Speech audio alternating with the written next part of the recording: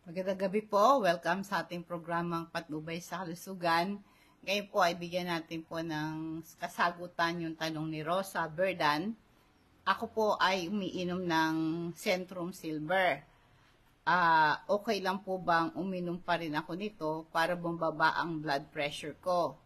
May heart condition ako, sabi ng doktor ko, hindi daw po makapag-pump ng dugo ang puso ko ng maayos dahil nga mataas ang BP ko at pre-diabetic daw ako. At mabilis ako mapagod, medyo matagal din akong matulog, malimit pong may back pain ako. Para malaban niyo po ang kasagutan nito, marami ho kayong mapapanood ng mga health topics sa aking YouTube channel. Pwede kayong mag-subscribe. Rose Alfonso, click niyo lang po yung bell para ma-update kayo sa aking bagong video. Mag-subscribe na rin kayo. Ganon din sa aking Facebook page, Patnubay sa Kalusugan. Yan ang aking official FB. Pwede nyo po kung i-follow, like, and share sa aking FB page, Patnubay sa Kalusugan, Rear at sa aking TikTok, no? Ngayon po ay ating sagutin na yung katanungan mo, Rosa. Yung Centrum Silver, ito isang multivitamins at multi-mineral.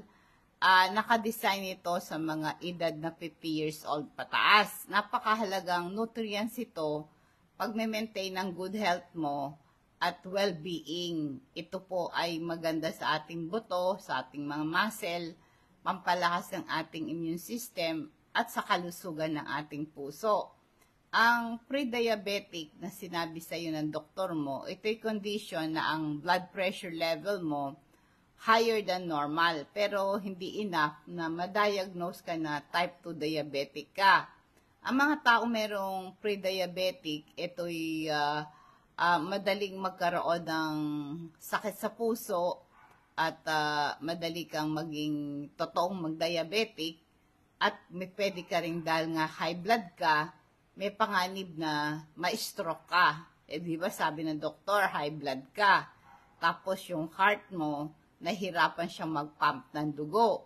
So, pag pre-diabetic ka, mataas ang chance na magkaroon ka ng type 2 diabetes, heart disease, and stroke.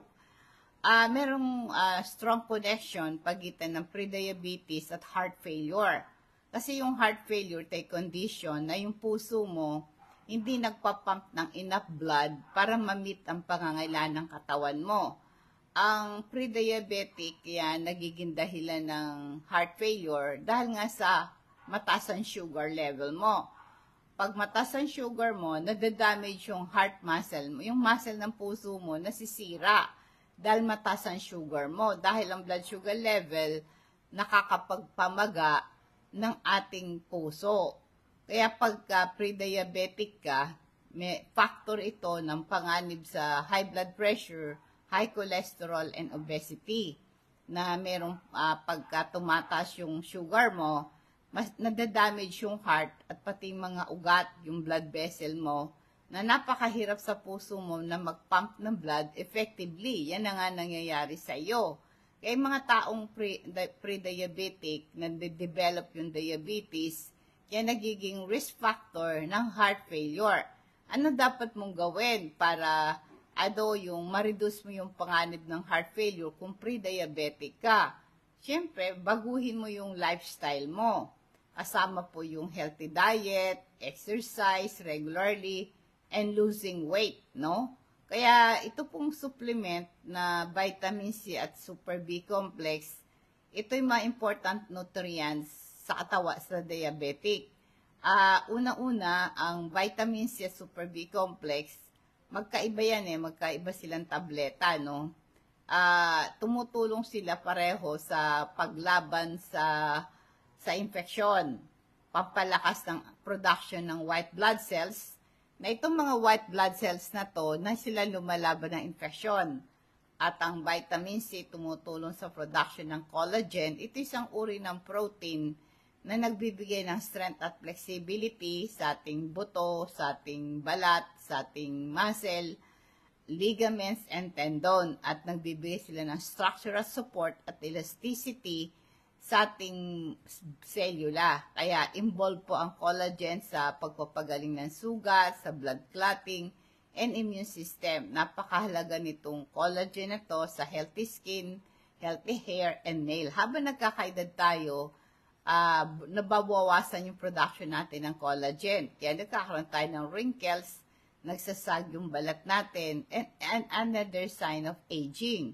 So, ang Super B complex at saka po yung vitamins, importante yan to keep us alive, including growth and repair, reproduction and energy production, at nutrients transport, no? Para mga waste product, ito'y matanggal sa ating katawan. Tumutulong din ito para ma-improve yung ating memory, yung mood natin, at ito rin po ay nakakatulong din po ito pagtanggal ng mga waste product sa ating katawan. At ito rin po pang iwas sa stomach upset.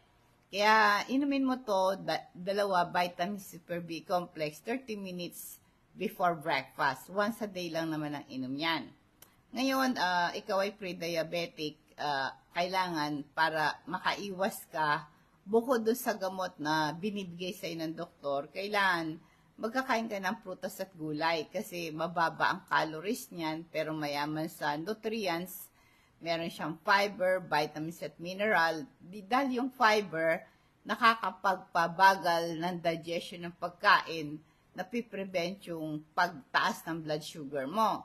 At iwasan mo yung mga sugary food, limitahin mo yung mga processed food, unhealthy fat and sugar and sodium. Kaya yung mga sugary drinks, major source ng added sugar yan. Kaya instead, inom ka na lang ng tubig, unsweetened tea or coffee, no? Pag kumain ka, mga lean protein, tulad ng chicken, fish, and beans, ito'y low in saturated fat and calories. Limitahin mo yung mga saturated and trans fat, nakakataas ng cholesterol level, mataas ang panganib magkasakit ka sa puso dyan. Pangalawa, regular exercise at least 30 minutes every day. Magpili ka ng schedule komportable sa umaga ba or between 2 to 4 ng hapon. Yung regular exercise kasi, maganda ito para ma-manage mo yung pre-diabetes mo kasi ang exercise, nag-i-improve yung insulin sensitivity mo, nakakababa ito ng blood sugar. Nakakatulong para mag-lose ka ng weight pag meron kang regular exercise kasi pagka nag-lose weight ka, nakokontrol mo yung blood sugar level mo. Yung 30 minutes na exercise every day, ito po ay nakakatulong po para sa puso mo din. Kaya yung mga exercise na pwede mong gawin, walking, biking, swimming, and dancing. Kaya ito pong exercise, importante yan. Yung mga mag-choose ka ng activities na nag-e-enjoy ka, no? Kaya po yung maghanap ka ng activity na gustong-gusto mo at kailangan po nito at least meron ka 30 minutes every day. Kasi pag nag-exercise ka, ay ito'y part ng yung routine dapat, no? Kaya yung schedule time of exercise, kailangan ito yung kung saan ka available at komportable. Kailangan din para ma-prevent mo yung pagtaas ng sugar mo, yung pre-diabetic, no? Ay, kausapin mo yung doktor mo, magkaroon ka ng, bago ka mag-start ng exercise program, kausapin mo na yung doktor mo kung ano yung nababagay para sa iyo, no? Kaya kung walking ba, kung biking, swimming, dancing, hiking, tai chi, pilates, or mga strength training. Depende kung ano ang sasabihin sa'yo ng doktor mo. Malaking tulong po yan para makontrol mo ang pagtaas ng sugar mo. Ang exercise, importante yan sa pagmamanage ng pre-diabetes at nag-i-improve yung overall health mo at well-being. And yung mga pre-diabetic ay nagiging makakalimutin din. Ang lecithin po ay maganda po itong nag-improve ng cholesterol level mo, nagpe-prevent ng heart disease, nag-improve ng memory at learning mo, attention and concentration, at nagpe-prevent yung brain damage. Kaya pag diabetic ka, inumin mo yan, malaking tulong yan sa'yo, pati yung calcium, magnesium, para wag kang pulikatin, wag kang manghina, para lumakas ang buto mo, huwag kang mag-cramps, no? Ito'y tumutulong po para, kasi pag pre-diabetic ka, madali kang mapagod, di ba sabi mo? So, ito po ay para manatili yung lakas mo to prevent fatigue, ay mag-take ka ng lecithin, no? Lecithin, calcium, magnesium, at tumutulong din po ito ng production ng melatonin hormone para madali kang makatulog. Tsaka para ito pong available po yan sa Patnubay, pwede po kayong magpa-deliver niyan. Alam nyo, ang pre-diabetic, ang pinagmumulan niyan, overweight ka. Kaya pagka ikaw ay overweight, nagiging candidate ka sa pre-diabetes. Kaya important na treatment para ma-prevent mo ang pre-diabetes, i-maintain mo yung healthy weight. Kasi pag nag-lose ka ng weight, nag-improve yung blood sugar level mo. Sabi po ng American Diabetes Association, naiwasan ang panganib sa type 2 diabetes ng 58%. At saka mag-take ka rin ng medication prescribed ng doktor mo para bumaba ang sugar, blood pressure mo, back pain mo, pati yung cholesterol mo. Kaya dapat meron kang regular check-up para ma-monitor yung sugar mo. Napakahalaga na magkaroon ka ng sapat na kaalaman at pangangalaga sa iyong kalusugan. Kasi pag diabetic, napakaraming komplikasyon. Namamatay ang mga diabetic sa komplikasyon. Yung kidney damage, heart failure, tapos yung mga nagiging lumalabo mata, at mga pinupulikat, humihina yung mga pag may sugat, mahirap gumaling. Kaya dapat sundin mo yung mga payo, rekomendasyon ng doktor mo, yung tamang pag-inom ng gamot, at saka yung regular na pagpapacheck up, no? Alagaan mo lagi yung blood pressure mo, meron kang gabay sa pag-control ng blood pressure, pagbabawas ng asin, pagkain ng matataba, iwasan mo, at kailan iwas ang stress, no? Pangalagaan mo ang blood sugar mo. Kasi kung diabetic, pre-diabetic ka, malusog na lifestyle, balancing pagkain, pagkontrol ng timbang, pang-iwas ng sobrang asukal, at matatamis na pagkain. Meron po tayong crystal oil, ito'y concentrated plant extract. Ito po'y essential oil na nakaka-reduce ng anxiety, nagpo-promote ng relaxation. Nare-reduce yung pain at inflammation like arthritis and muscular pain. It improves your sleep quality, nakaka-relieve ng headache. Nakiklear yung congestion mo, nag-improve yung respiratory health mo, at nawawala yung mga shoulder pain, muscular pain. Pag napaso o nauntog ka, pa hindi ka mabukulan, may nakakakalmante ito sa digestive problem tulad ng kabag, stomach cramp, nakaka-relieve ito ng vomiting. Kung ikaw kinagat ng lamok, hindi ka kakagatin, at ayaw kasi ng lamok yung amoy niyan. Kung nakagat ka man at kating-kate, pahiram mo ng crystal oil, mawawala ang kate. Ganon din yung ating activated charcoal, ginagamit na to mga 4 centuries na to sa kanyang medicinal properties. Nag-absorb ito ng toxin at ito'y napiprevent yung toxin na ma-absorb sa ating dugo. At meron siyang antibacterial properties. Ibig sabihin, nakakapatay siya ng mga bacteria sa bituka. At ang activated charcoal nare-reduce yung inflammation sa bituka. Napiprevent yung passage ng harmful bacteria, substances sa ating bloodstream.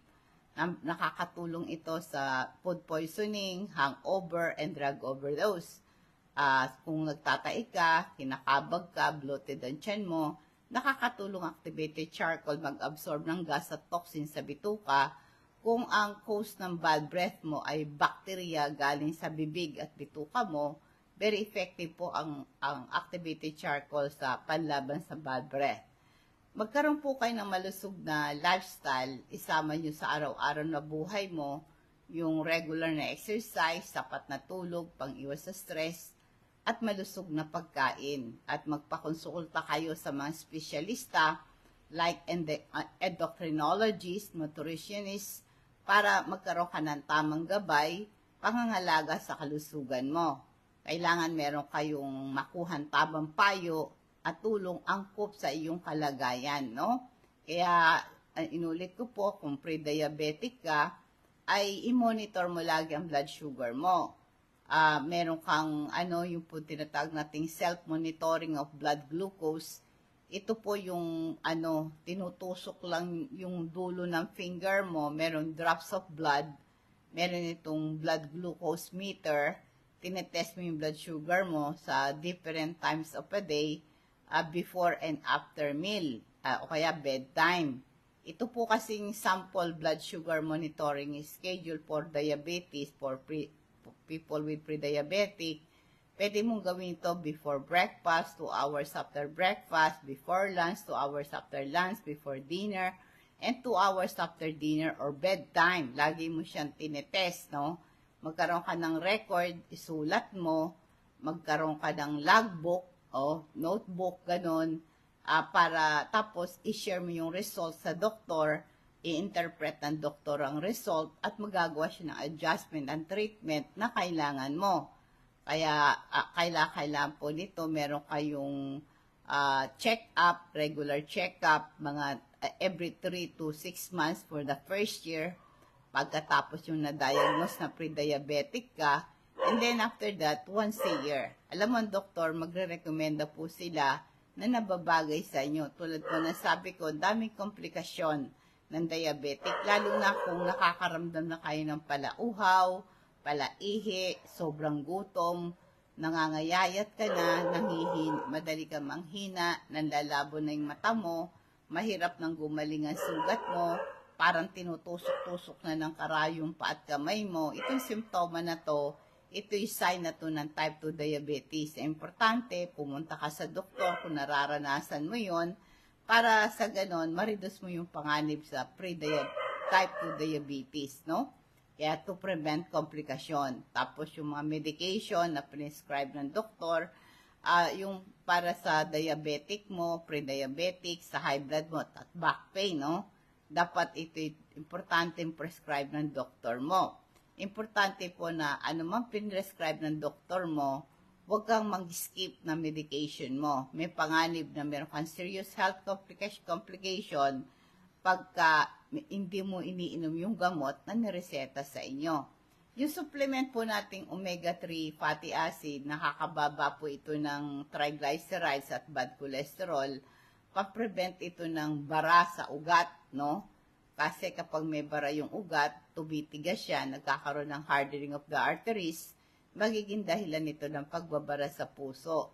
Meron siyang anti-inflammatory properties, kaya nare-reduce din po yung liver fat pagkat kayo uminom kayo ng omega-3. Pwede kayo magpa-deliver ng ating mga products. I-chat nyo lang ako sa aking Facebook page, Patnubay sa Kalusugan. Pwede nyo pong ibigay yung pangalan, address at cellphone number ninyo.